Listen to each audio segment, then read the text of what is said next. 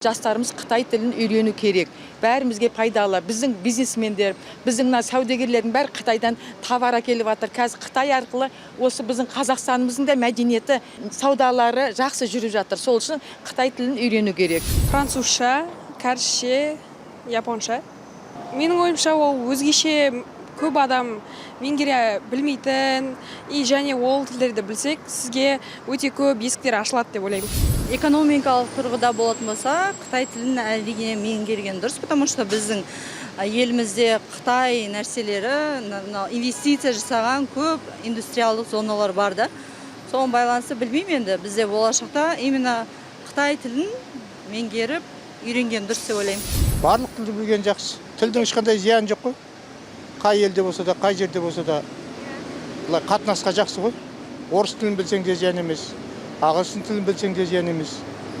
Вообще неміс тілі бәрі жүреді ғой әлемде, барлық елде. Енді Қытай біздің ең мына жерде жақын партнеріміз ғой ол енді біздің. Товардан да, басқа жағынан да. Сол үшін қарым-қатынасқа да керек қой. Товар алуға барсаң да, басқа алсаң да жақын ғой. Мысалға, ағылшын тілі өте керек нәрсе. Мысалы, барлық елдерде қазір ең бұрынғы біздің совет өкіметі кезінде орыс тілі еді ғой. Қазір енді барлық елде, қазір барлық жерде ағылшын тілі қазір. Сол үшін ағылшын тілін білген жақсы. Қазіргі заманда ағылшыннан бөлек Қытай тілін үйренген дұрыс деп ойлаймын. Себебі қазіргі заманда көптеген сауда қатынастары Қытай аралас болып жатыр. Көптеген товарлар болсын, көптеген шығып жатқан жаңа технология болсын, Қытайдан келіп жатыр ғой жалпы.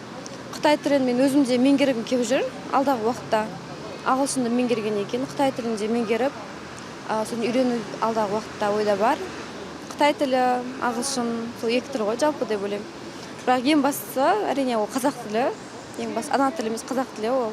Жаңа технологиялар болсын, бір білімге қатысты, бір денсаулыққа қатысты көп нәрселер болсын. Қытай тілінен қазір көптеген ақпараттар келіп жатыр, сондықтан Қытай тілі деп ойлаймын. Қазір енді бізге қарым-қатынасқа байланысты Қытай тілі маңыздырақ болып тұр ғой деймін да. Ағылшын тілі әрине ең маңызды. Солай деп ойлаймын.